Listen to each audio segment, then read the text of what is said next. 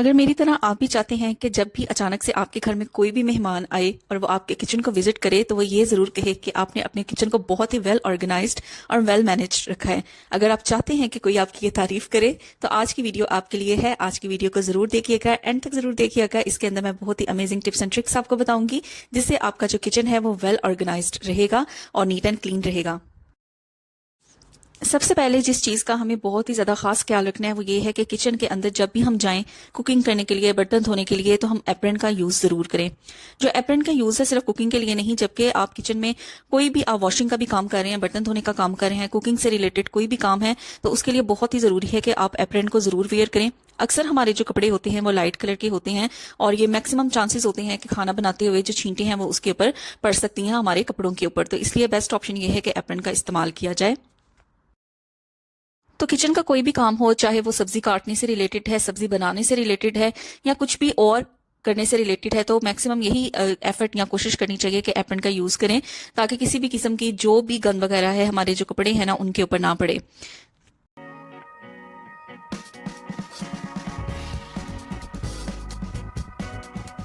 तो देखिए, सब्जी काटने के बाद उसको वॉश करना जाहिर बात है सिंक एरिया के करीब होता है और मैक्सिमम चांसेस होते हैं कि जो स्प्लैशेस होते हैं पानी के वो हमारे कपड़ों के ऊपर पड़े। तो इसलिए एप्रन डाल के ही आपको सारे जो काम है मैक्सिमम किचन के वो करने चाहिए। उसके बाद आ जाते हैं जी कुकिंग की तरफ। और कुकिंग तो ऐसा मेन काम है जिसमें छींटे अक्सर हमारे कपड़ों के ऊपर पड़ती ही पड़ती हैं। तो और ऐसे कपड़े भी होते हैं जिनका जो एम्ब्रॉयडरी वर्क होता है वो इस तरह का होता है कि अगर हम चूल्हे के पास खड़े होते हैं ना तो वो खराब होने के भी चांसेस होते हैं। इसलिए एप्रन वेयर कर लेना जो है वो एक बेस्ट ऑप्शन रहती है।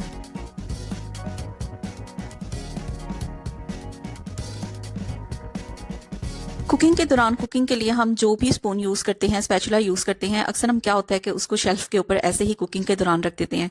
तो अगर तो इस तरीके की छोटी प्याली या प्लेट है आपके पास तो आप उसके ऊपर इस स्पून को रख सकते हैं कुकिंग के दौरान। तो मेरे पास ये कप के साथ इस तरह का ना एक कवर मिलता है चाय वाले कप के साथ।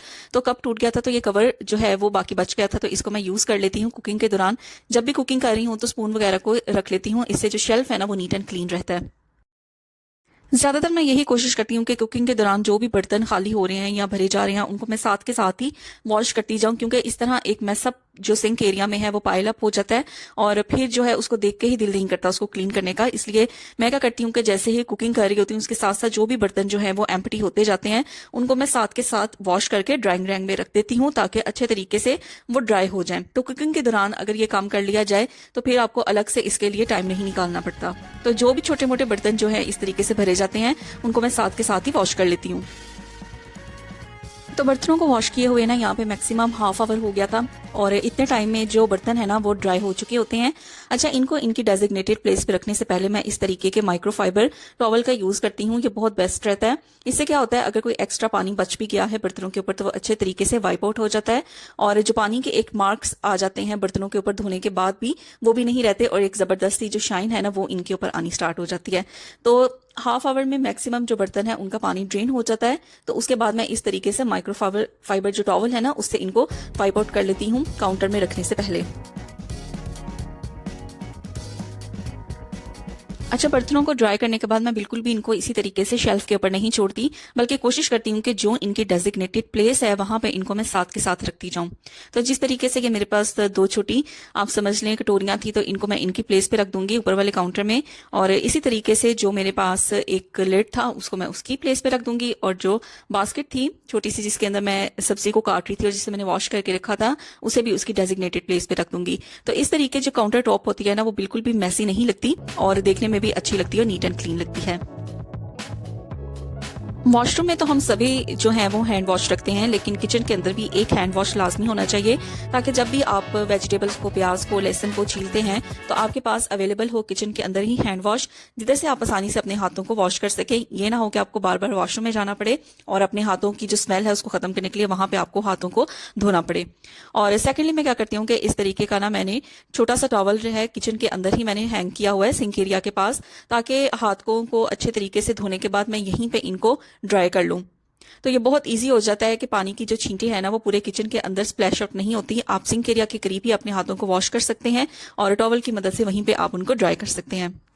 शेल्फ्स को, काउंटर टॉप्स को क्लीन करने के लिए मैं इस तरीके के ना स्पॉन्ज का यूज करती हूँ। तो जो ऑलरेडी मैं यूज कर रही थी स्पॉन्ज, उसको काफी अरसा हो गया था इस्तेमाल करते हुए, लेकिन अब उसकी हालत बिल्कुल खराब हो चुकी थी। तो मैं मार्केट से इस तरीके के ना नए जो स्पॉन्ज हैं उनको मैं ले आई हूँ। अच्छा, ये एक पैकेट के अंदर तकरीबन 5 होते हैं और बहुत ही अच्छी क्वालिटी के होते हैं। मैक्सिमम ये आपके चल जाते हैं काफी अरसा। तो मेरा जो पहले वाला स्पॉन्ज था वो भी काफी अरसा चला, उसके बाद मैं न्यू लेके आई हूँ और अब मैं इनको यूज करूंगी। तो ये जो पहले वाला स्पॉन्ज था, आप इसकी हालत देख सकते हैं। इसको मैंने मैक्सिमम यूज किया है और अब इसकी मुकम्मल तौर पे बस हो चुकी थी। तो अब मैं इसको डिस्कार्ड कर दूंगी और यहाँ से मैं एक न्यू स्पॉन्ज ले लूंगी और जो बाकी के स्पॉन्ज है ना उनको मैं इसी पैकेट के अंदर रख के तो काउंटर में रख दूंगी, ताकि ये डर्टी ना हो और नीट एंड क्लीन ही रहे। अगर पैकेट ओपन हो जाए और आप चाहते हैं कि स्पॉन्ज वो बिल्कुल नीट एंड क्लीन रहे, तो आप इनको जिपलॉक बैग के अंदर भी रख सकते हैं। तो मैं भी इनको आज नहीं तो कल जिपलॉक बैग के अंदर ही रख दूंगी बाकी के जो स्पॉन्ज हैं। तो ये बहुत ही सॉफ्ट होते हैं। आपके सामने मैं इसको देखिए क्रम्बल करके भी दिखा रही हूँ। बहुत सॉफ्ट होते हैं और बहुत इजी टू यूज होते हैं और बहुत अच्छे तरीके से काउंटर टॉप्स को ये क्लीन कर देते हैं। इस मिनी डस्टबिन से तो तकरीबन हम सभी वाकिफ होंगे। ये इजीली आप काउंटर टॉप के ऊपर रख सकते हैं और जब भी आप सब्जी वगैरह काट रहे हैं तो इसके छिलके आप इसके अंदर फेंक सकते हैं। तो मैं क्या करती हूँ कि जब मैं इसे क्लीन कर लेती हूँ, क्योंकि आपको पता है जो अदरक और लहसुन होता है, इनकी जो छिलके भी होते हैं, इनकी स्मेल जो है वो बहुत हार्श होती है। और ये वाली जो मिनी डस्टबिन होती है, इसे आप काउंटर का जो डोर होता है उसके ऊपर हैंग करते हैं और जो काउंटर है वो अक्सर क्लोज रहता है, तो स्मेल इस तरह काउंटर के अंदर भी आ जाती है। तो मैं क्या करती हूँ कि डिटोल लेके इसको थोड़ा सा टिश्यू पेपर के ऊपर या वाइप के ऊपर थोड़ा सा डिटोल लगाऊंगी और अच्छे तरीके से ना इसको क्लीन कर दूंगी अंदर वाली साइड से। तो डिटोल से क्या होगा कि जो भी स्मेल होगी अदरक की, लहसुन की, प्याज की, वो बिल्कुल भी इसके अंदर बाकी नहीं रहेगी। आप इजिली इसको दोबारा से काउंटर डोर के ऊपर हैंग करके तो डोर को क्लोज कर सकते हैं। बिल्कुल भी जो काउंटर है ना उसके अंदर से स्मेल नहीं आएगी। तो बहुत इजी वे है डिटोल से इस मिनी डस्टबिन को क्लीन करने का। देखिए, खाना बनाने के लिए कटिंग, चॉपिंग सब कुछ हम काउंटर टॉप के ऊपर कर रहे होते हैं, यानी जो हमारे किचन की शेल्फ्स होती हैं उनके ऊपर कर रहे होते हैं। तो उसकी जो क्लीनिंग है ना वो भी बहुत ज्यादा इंपॉर्टेंट है। जैसे ही हम अपनी कुकिंग से फ्री हो जाते हैं, बर्तन धो के फ्री हो जाते हैं, तो ये एक काम लाजमी कर लेना चाहिए। तो उसके लिए मैं होममेड लिक्विड या क्लीनर ही बनाती हूँ। तो मैं इस तरीके की स्प्रे बॉटल ले लेती हूँ, उसके अंदर मैंने पानी फिल कर दिया है और सिर्फ 2 चीजें इसके अंदर मैं ऐड करती हूँ। चंद कतरे इसके अंदर मैं डिश वॉश लिक्विड ऐड करती हूँ और साथ ही मैं इसके अंदर डिटोल ऐड कर देती हूँ। तो इसको मैंने मैक्सिमम पानी से फिल कर दिया है। हल्का सा मैं इसे शेक करूंगी और ये होममेड बेस्ट क्लीनर जो है वो बन के तैयार हो गया। इसके बाद मैंने कभी भी मार्केट से जो क्लीनर है ना उनको परचेज नहीं किया, मैं घर के अंदर ही इन 2 चीजों से बना लेती हूँ। तो सारी कुकिंग से फ्री होके बटन वगैरह समेट के तो लास्ट में मैं यही कोशिश करती हूँ कि इस वाले जो क्लीनर से ना मैं अच्छे तरीके से काउंटर टॉप्स को या शेल्फ्स को एक दफा वाइप आउट कर दूं, ताकि किसी भी किस्म की स्मेल ना रहे। किसी भी किस्म का कोई फूड पार्टिकल कटिंग या शॉपिंग के दौरान अगर रह गया है तो वो भी अच्छे तरीके से वाइप आउट हो जाए।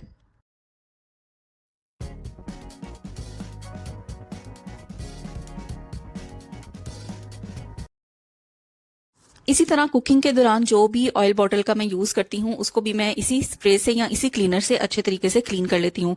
तो उसके लिए मैं क्या करती हूँ कि डायरेक्ट ऑयल बॉटल के ऊपर मैं इसको स्प्रे नहीं करती। जो स्पॉन्ज होता है ना उसके ऊपर मैं हल्का सा स्प्रे कर देती हूँ और जो भी ऑयल बॉटल मैंने कुकिंग के दौरान यूज की होती है उसको मैं इससे अच्छे तरीके से वाइप आउट कर देती हूँ। तो अक्सर क्या होता है कि पराठे बनाते हुए हमारे जो हाथ हैं आटे वाले वो भी ऑयल बॉटल्स के ऊपर लगते हैं। तो हर किस्म के हाथ ऑयल बॉटल्स के ऊपर लग रहे होते हैं, इसलिए इसको एक दफा वाइप आउट कर देती हूँ। और जो लाइटर वगैरह यूज करती हूँ उसको भी मैं एक दफा वाइप आउट कर देती हूँ। तो इस तरह छोटी छोटी क्लीनिंग साथ के साथ करते रहें तो आपको मेजर टाइम नहीं निकालना पड़ता इन क्लीनिंग के लिए, क्योंकि आपकी चीजें जो हैं वो ऑलरेडी देखने में नीट एंड क्लीन लग रही होती हैं। तो स्पॉन्ज से सारी क्लीनिंग करने के बाद इसके खुद के अंदर भी एक स्मेल चली जाती है। तो मैं क्या करती हूँ कि बहुत इजी सा एक वे यूज करती हूँ इसको अच्छा और साफ सुथरा बनाने के लिए। तो मैं जो सिंक है ना उसमें स्टॉपर लगा देती हूँ और थोड़ा सा पानी मैं इसके अंदर फिल करती हूँ। चंद बूंदे डिश वॉश लिक्विड की ना मैं इसके अंदर ऐड कर देती हूँ और इसको बस 1 से 2 मिनट के लिए अच्छी तरह ना मैं इसको रगड़ के तो वॉश कर लेती हूँ। तो इससे क्या होगा कि जो भी डर्ट वगैरह इसने काउंटर से उठाई थी या इसके अंदर कोई भी चिकनाहट आ गई है तो वो अच्छे तरीके से ना रिमूव हो जाती है। तो हमें जो क्लीनिंग के लिए हम कपड़े यूज करते हैं, जो वाइप्स यूज करते हैं, कभी कभी उनको भी खुद के लिए भी क्लीनिंग की जरूरत होती है। तो आप देखेंगे कि मैंने शेल्फ्स को क्लीन किया था तो किस तरह से पानी का जो कलर है वो चेंज हो गया। तो अब स्टॉपर को मैं उतार दूंगी और पानी ये वाला सारा ड्रेन कर दूंगी और इसको अच्छे तरीके से मैं 1 से 2 दफा वॉश कर लूंगी। तो जो भी इसके अंदर डर्ट होगी वो सारी की सारी रिमूव हो जाएगी और ये फिर से नीट एंड क्लीन हो जाएगा।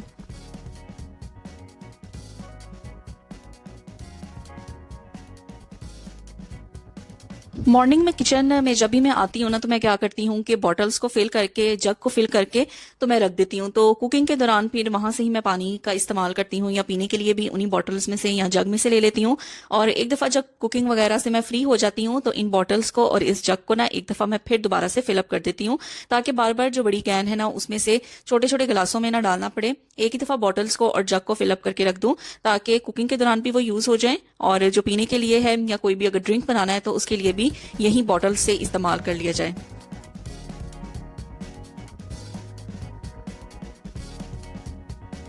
तो मार्केट से मैं ग्रीन चिलीज लेके आई हुई थी, और ग्रीन चिलीज को मैं स्टोर करने के लिए क्या करती हूँ, इनको डायरेक्ट इसी तरह मैं स्टोर नहीं करती। तो सबसे पहले मैं इस तरह का ना एक कंटेनर ले लेती हूँ, जो मैंने स्पेसिफिकली ग्रीन चिलीज के लिए ही रखा हुआ है। तो यहाँ पे मैं किचन टॉवल या जो किचन के लिए टिश्यू यूज होता है ना, उसकी एक मोटी सी तह सबसे पहले मैं इस कंटेनर के अंदर नीचे बिछा देती हूँ। उसके बाद जितनी भी ग्रीन चिलीज है ना मेरे पास, उनके ये जो डंडल होते हैं ना, इनको मैं रिमूव कर देती हूँ, क्योंकि बेसिकली यहाँ से ही मॉइस्चर अंदर जाता है, जिसकी वजह से जो ग्रीन चिलीज है वो गलना सड़ना स्टार्ट हो जाती हैं। तो सबसे पहले मैं यही करती हूँ कि इनके जो डंडल है ना उनको रिमूव कर देती हूँ। तो ये देखिए, एक जो ग्रीन चिली थी ना वो खराब होनी, यानी उसका जो कलर है ना वो रेडिश होना स्टार्ट हो गया था। तो जैसे ही मैं एक इस तरीके से मैं ग्रीन चिलीज को रख देती हूँ ना, तो फिर एक और तय मैं किचन टॉवल या जो किचन के लिए टिश्यू पेपर हम यूज करते हैं उनकी एक और तय मैं इन ग्रीन चिलीज के ऊपर रख देती हूँ। तो इस तरीके से जो ग्रीन चिलीज है ना वो काफी लंबे अरसे तक सेफ रहती हैं, सही रहती हैं, बिल्कुल भी गलती सड़ती नहीं है। तो ये देखिए, छोटे छोटे से टिप्स हैं जिससे आप अपने टाइम को, अपने किचन को अच्छे तरीके से मैनेज कर सकते हैं। आई होप कि आज की वीडियो में बताए गए कुछ टिप्स एंड ट्रिक्स जो मैंने आपके साथ शेयर किए हैं वो आपके बहुत ज़्यादा काम आएंगे। आप इनको फॉलो ज़रूर करके देखिएगा, आपकी किचन लाइफ आसान भी हो जाएगी और आपका जो किचन है वो देखने में नीट एंड क्लीन भी हो जाएगा। तो फिर आपसे मिलूंगी कुछ अमेजिंग सी टिप्स एंड ट्रिक्स के साथ और ज़बरदस्ती होम एंड किचन रिलेटेड से वीडियो लेके। Till then take care, bye bye.